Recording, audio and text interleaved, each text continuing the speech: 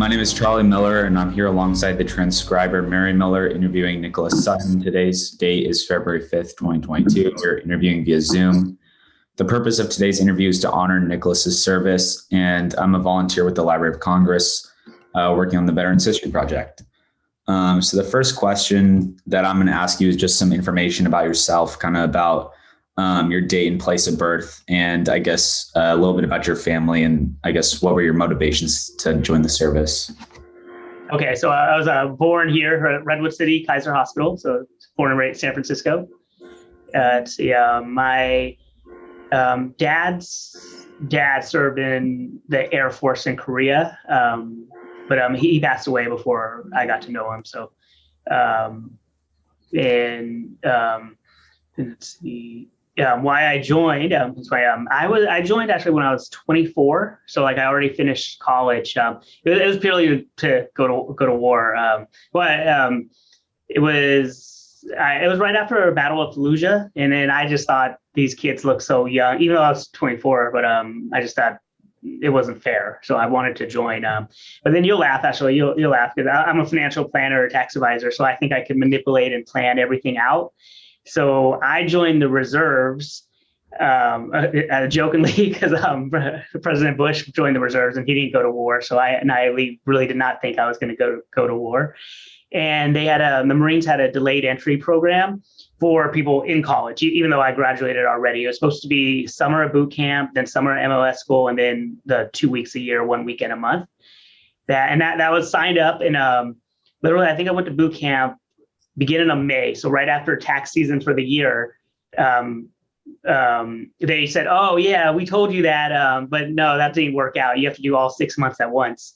And luckily my business wasn't that developed yet. So I was like, okay, I could pull it off. It's not my busy. I already said yes. So there's no way out of the contract. Went to boot camp and MLS school. So then there'll be more stories later for that. Yeah. Can you talk a little bit more about like your schooling before you entered the military, kind of like your college and high school? Yeah. So, I got my degree in economics, went to Chico State. And then my dad's a tax advisor. So I've been licensed in tax, but even before I went to school. So and I work for the family business. So that was that. Yeah. And then, so I guess you kind of worked through the family business and you decided to enlist because you saw there was the war going on. You didn't really see it, I guess, fair for other people to fight. And I guess, where did you decide to enlist? Probably the only person that at Fleet Week that the Marines got to sign up on the spot. So that's a Fleet Week got me there. So. Nice. And it was at MEPS in San Francisco out of Stonestown. Oh, okay. And what was like the rest of your family's thoughts on when you decided to sign up? Were they proud or were they nervous? Or I don't know. Well, I'm sure they thought I was nuts because I was done with school and was starting my career.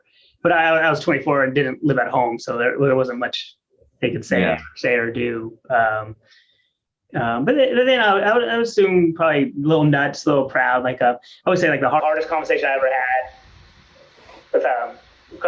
with my parents was we get to that story about the 6 months at boot camp MLS school. The day I checked into my unit at Alameda, I was talking to an NCO who's younger than I am, and it's like, "Oh, what do you do?" And I was like, "Oh, I have a job." And he's like, "Oh, so you're not doing anything, right?" And then I was like, "What is this guy dumb? Like, I just said I got a job." And he goes, "Oh yeah, we're going to Iraq next week."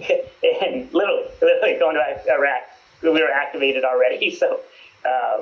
That's when they thought I was crazy, when I had to have a conversation like, "Hey, I'm going to war next week." So yeah, that was really tough to say. My plan did not work out, obviously, as I thought I could manipulate.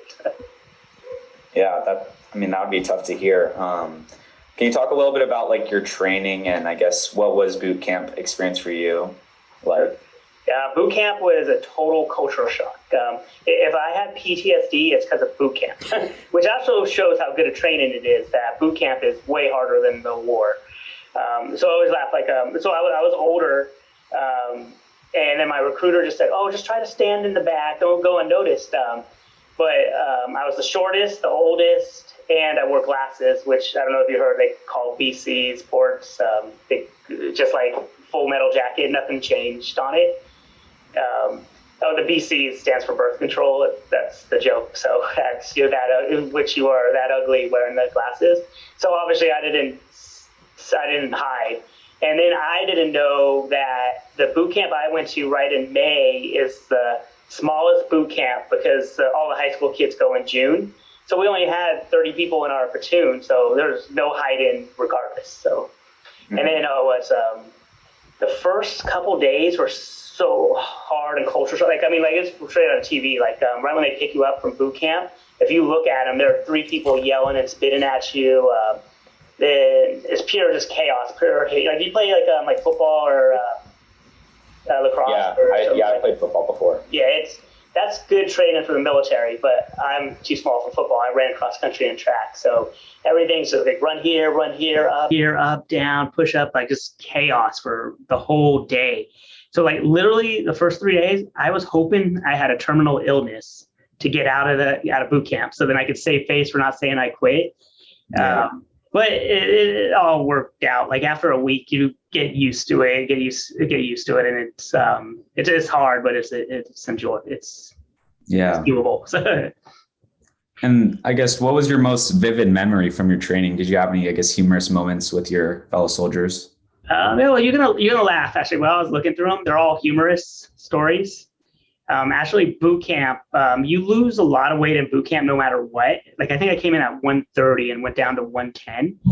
And so all your clothes shrink or get too big. So me also, I think in my head, I always plan efficiency from my economic background. So I had a perfect way to get dressed because everything was get dressed, too slow, start over. So that's how the hazing was. So I would put my pants just around my ankles and put my boots on because they took the longest, and then work my way up. But once I was done, I didn't realize, but my pants were on backwards because the belt was on the other side. And it was about the 6th week in boot camp. So if I said I put my pants on backwards, it would be hell for everybody. And so I faked it. Luckily, where we were going to the chow hall at 6 a.m, it was dark, so no one could see my belt hanging on the wrong side. And somehow at that time at boot camp, I snuck into the porta potty and changed, and nobody knew. So, wow. Yeah, other boot camp was just pure hazing and hard. But that's, I think, my most memorable story. Yeah. Were you able to create any friendships in boot camp, or just when you talk about being more PTSD, how did those relationships, hang together over time? Sadly, I don't talk to really anyone from boot camp. Once I ran into someone that happened to go to SF State. That's one of the parts where you say the hard coming back. Since I have it's just unfortunate that most of my people I hang out with and close to are people that similar work, similar education, and maybe it's half and half in the Marines. A lot of more construction and blue collar. So it's something it just hasn't happened. I just don't talk to them as much. On the reserve side, not boot camp, because boot camp you split up all over the place. It's very rare that you'll see someone again. There was a handful I saw in Iraq, but that's just because it was wartime and it's during new. So boot camp, I don't talk to anybody. But my reserve units, those people I talk to still, and the people I went to Iraq with, I talk to. What were your main assignments around boot camp like? There's not really assignments in boot camp. It's just pure hazing.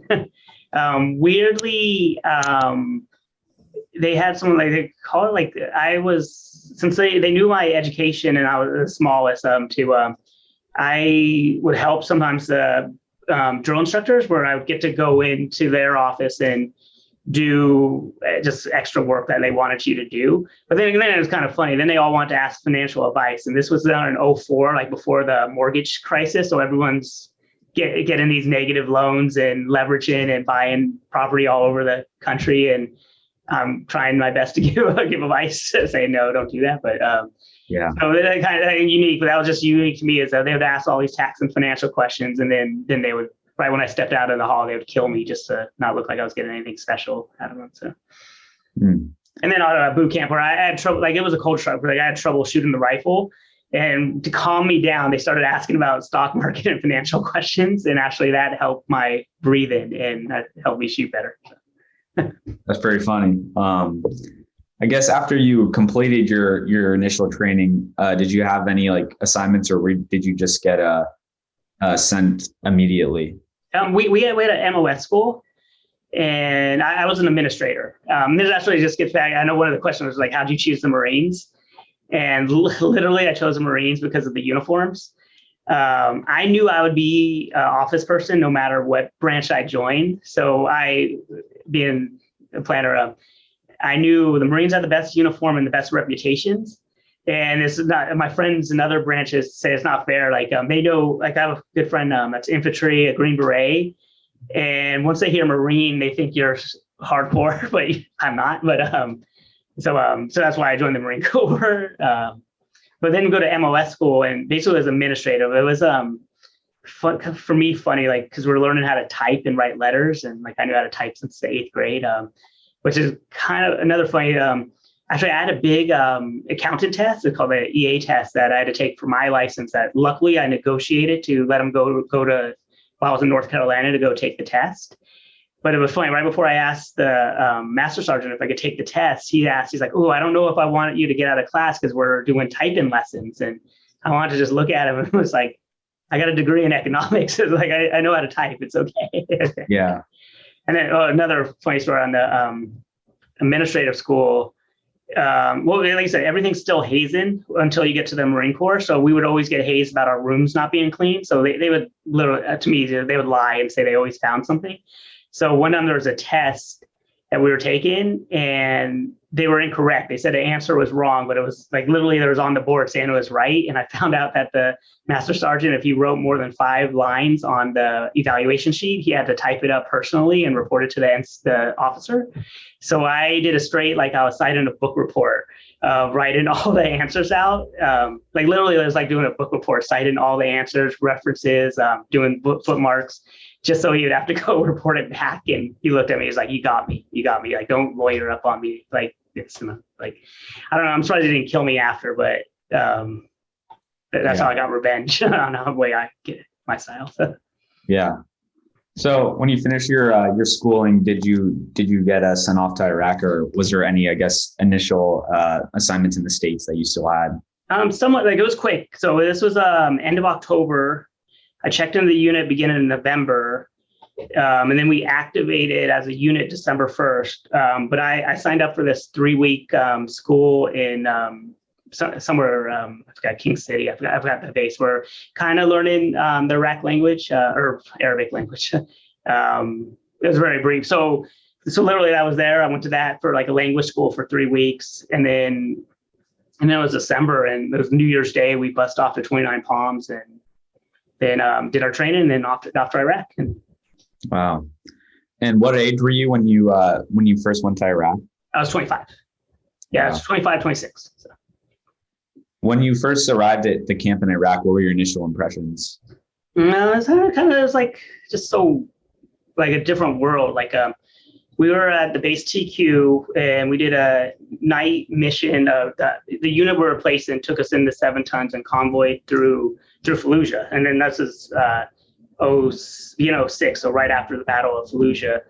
You couldn't see anything; it was dark. We didn't have night vision, so but like the little lights you could see, it looked like a third world country. So we were expecting.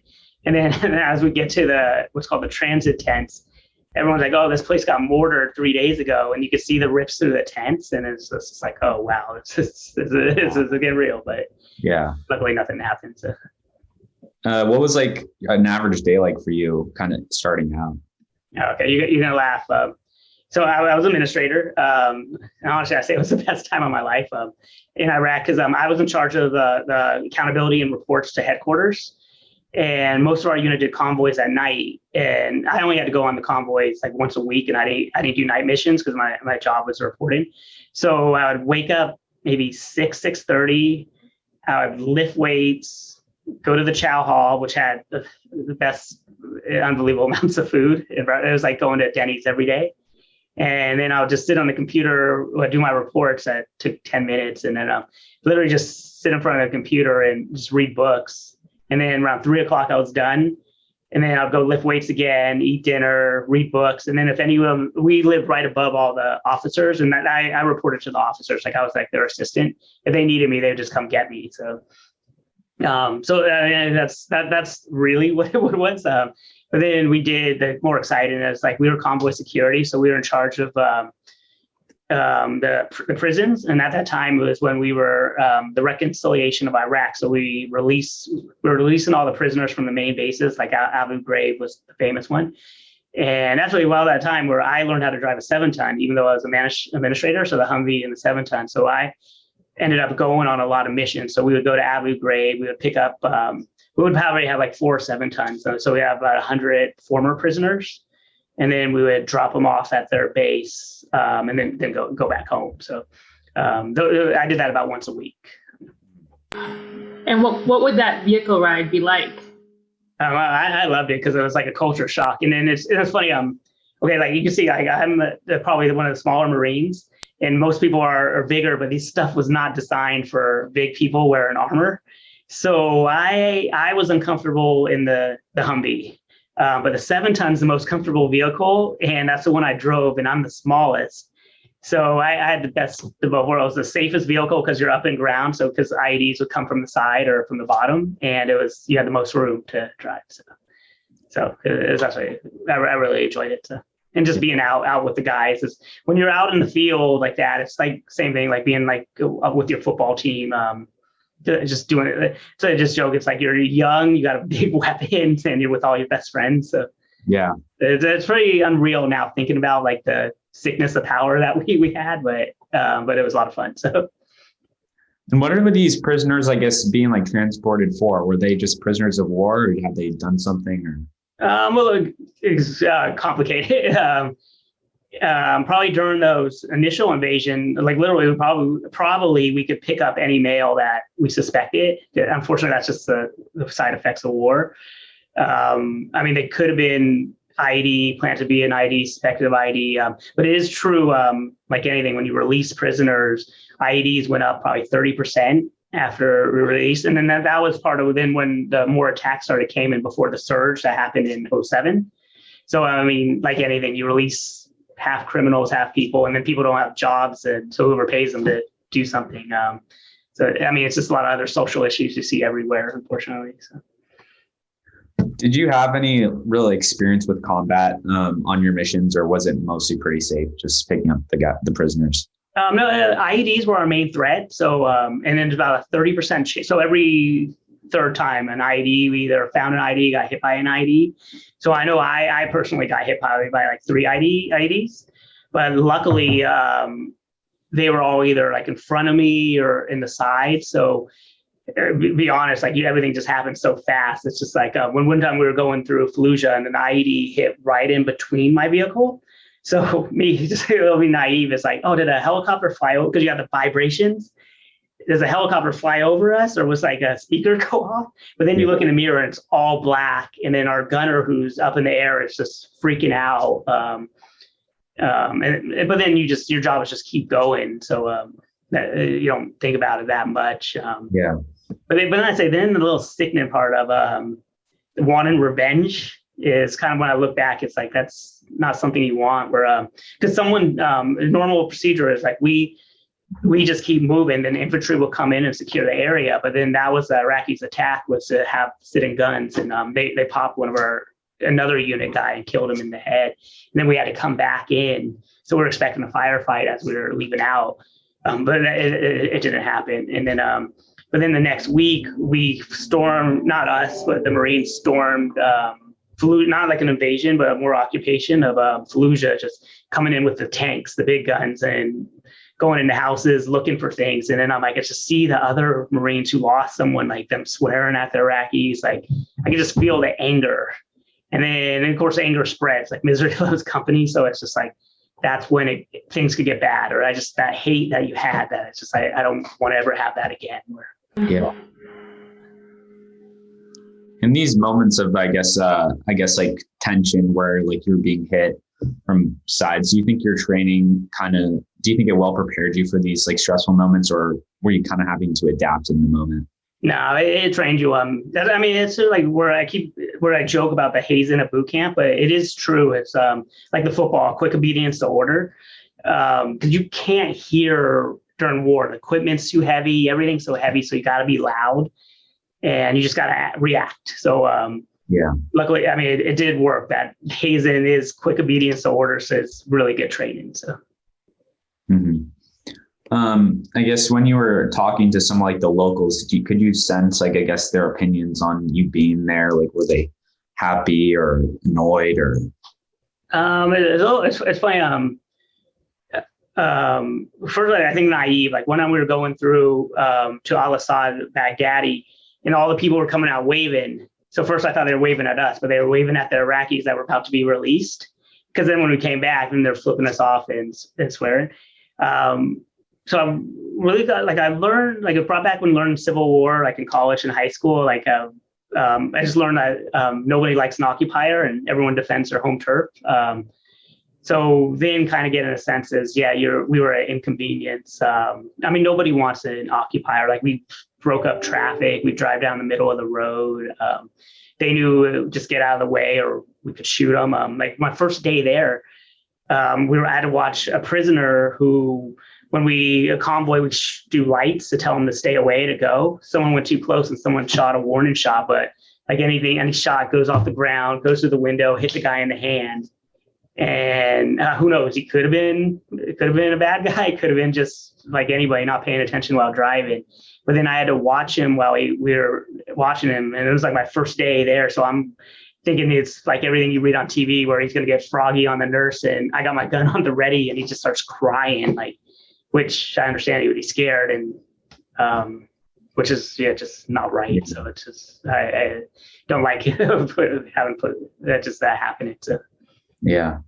And I guess what was like camaraderie like while you're out in Afghanistan? Was it, did you create strong bonds with your fellow soldiers? Oh yeah. Because I mean, a lot of time together, and it was fun too. Like I mean, like I said, that's when the fun part was just on a normal convoy. You're with your best friends.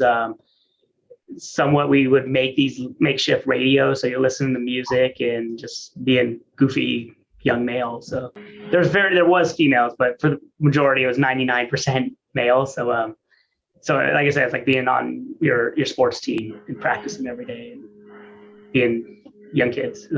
Yeah. I guess what would you do in your spare time when you weren't going out on missions? Lift weights, read, and sleep. So honestly, it was the best time of my life. Yeah. Don't let my girlfriend say that, or my best time to that point. But it was honestly, for me, that was fun. That was exactly what I like to do in my free time. I guess when you reflect back on it now, did your time in the service, I guess, live up to your expectations, or did you, I guess, experience anything you didn't really think you were going to experience before coming in? It definitely did. I mean, it's just so few people join, so it's like you have something that experience that no one did. And looking back, I think it should be a rite of passage for all younger people. Just learning to get yelled at and getting corrected is just something you don't see in the workplace. People freak out too much when they get corrected, and so that's really, I think, important just to learn that. And I mean, weirdly, I'm saying excited. I got to go to war, and then I can say I didn't shoot my rifle. So part of me would love to be tested, but that wasn't the plan. So that's just the way it goes. So, but yes, it did. I'm very proud of joining the Marine Corps. So I guess, how much time did you spend in Afghanistan again? Oh, Iraq. Iraq, sorry. I'll tell you, I got some funnier stories on people asking before. It was basically a year. So it was right before Easter, so March 15th, and we went home October 7th. So. Okay. And I guess, what was it like coming home? Was it easy to readjust to civilian life, or was it pretty tough? It's going to be different of what you expect. I said it was adjust. So my age, like literally, I don't know. So if we came back October 9th, we have a tax deadline October 15th. So my dad says, you got to go back to work. He didn't, we were joking, but I did have to go back to work. And it was, for me, a massive pay cut serving. So like financials were way different than they were a year ago. So I had to go back to work. And then just always the anxiety of clients in San Francisco, when you go to Iraq, they think you're being selfish and went on a vacation. Like, so you lose a lot of clients and then you're not there. So you sometimes don't blame them. But so that was anxiety. Then just to a weird, I don't know, there's a book that was on the NPR, like Places and Things, where a guy described PTSD, where he just said like going from a high alert, consequences of small failures, being in charge of your friends, and then coming back to a normal job where people complain about a period on an email or showing up 15 minutes late. That's hard. It's like going like, what are you freaking out about something so small? So that is like a weird thing of PTSD. We joke that we'll never be that cool again, or things won't ever be that exciting again. And we're like, and then you go into like a small like depression, not like you think of PTSD, but it's like you said, nothing's going to be that exciting or cool again. But like for me, like I started playing sports again at like 30 to get that high energy, excitement back. And then too, most of my friends are all, they're all tech workers, or I don't want to say like professional workers. So you come home to just doing what you did, and like their main conversation is just buying houses and having nannies and just stuff that like and going on vacations and stuff, and which I would be at that same path if I didn't go. But it's just things are different now for the way I look at everything now. Did you feel when you came back that either family or friends really wanted to hear about it, or how were you able to either share it, or were you surprised that people? No, nobody wanted to hear about it. Really? Nothing?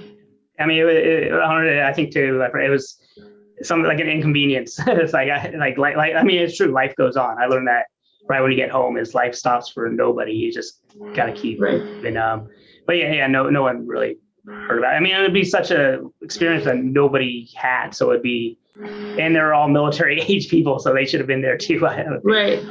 So no one brings it up. But I don't hear you saying that it was like a political statement. It was more just like their life went on and they were talking about what's happening in their life, as opposed to feeling one way or another about the war potentially. Right. And it's such a culture shock, culture difference. Like if there wasn't a war, I never would have joined.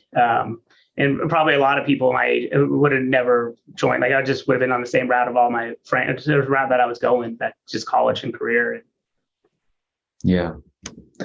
I guess, do you remember like the day your service ended? And I guess, where were you when did your contract expire, or were you just sent home? Okay, you're gonna laugh at it. Because reserves are a little bit different, and your contract ends, but like you got to, and you can just keep going if you want it.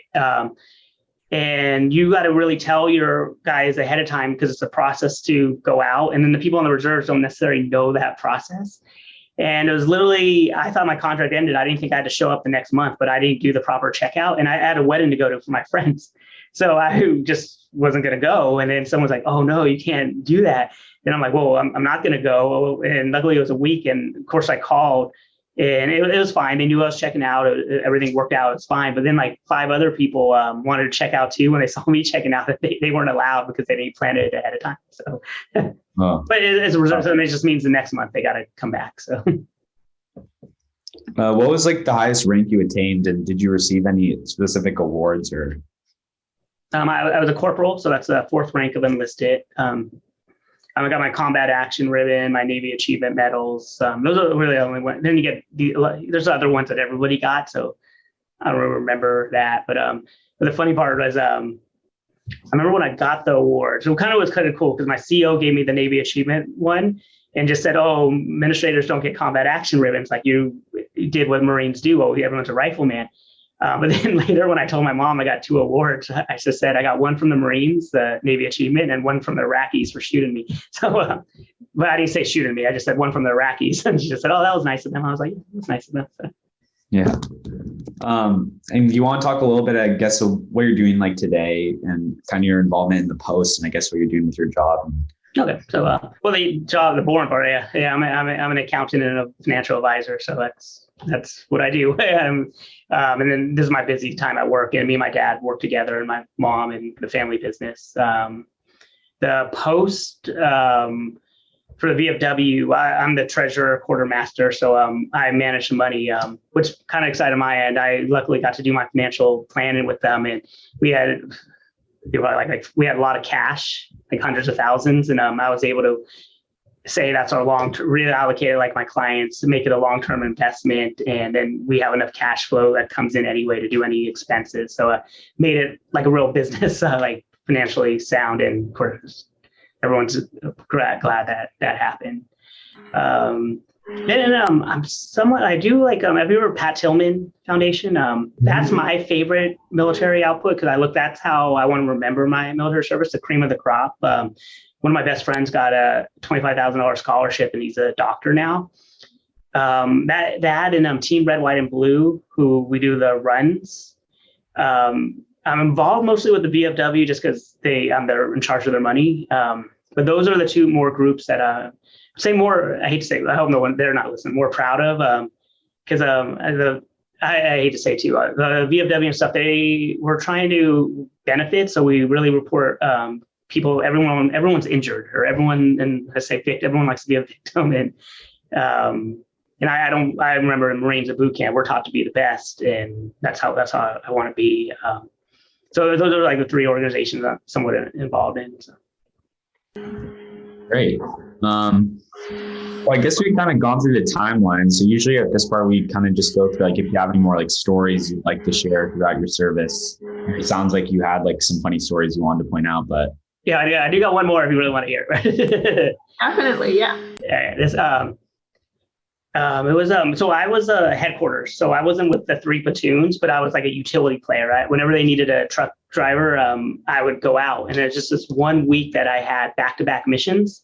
So I was basically up for about 3 or 4 days, and being a dumb young person, how do you help stay awake?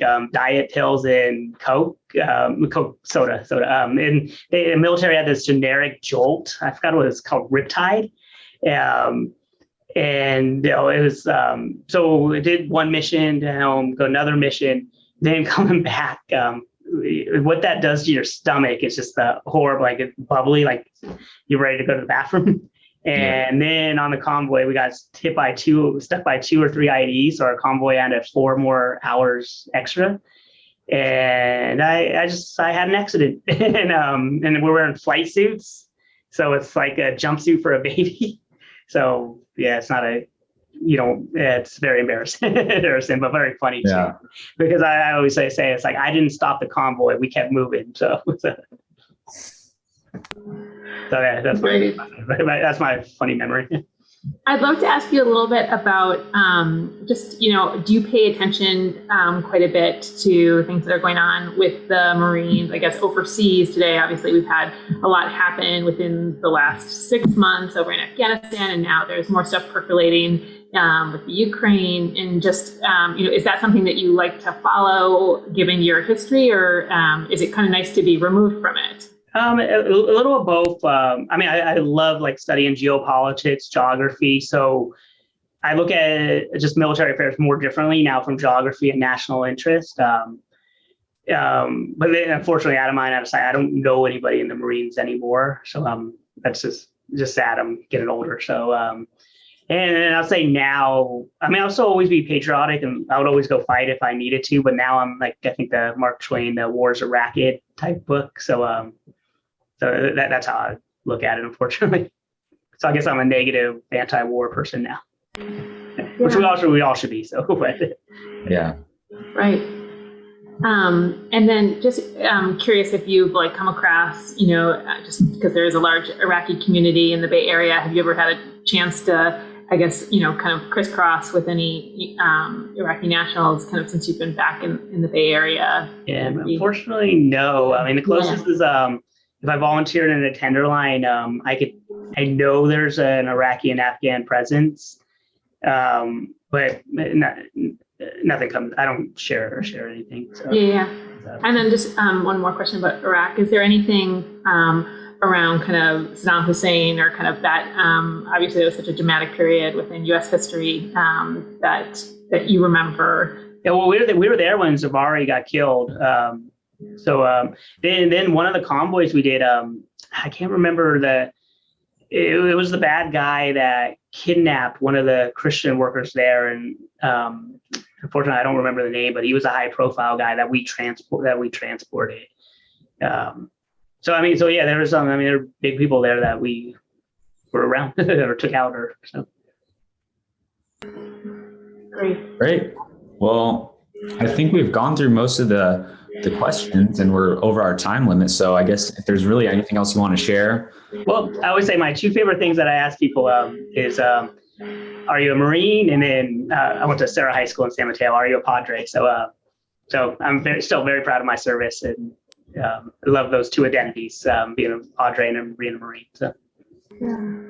Well, thank you for your service. It's great to hear your story, and we are excited to make sure it's part of the National Collection.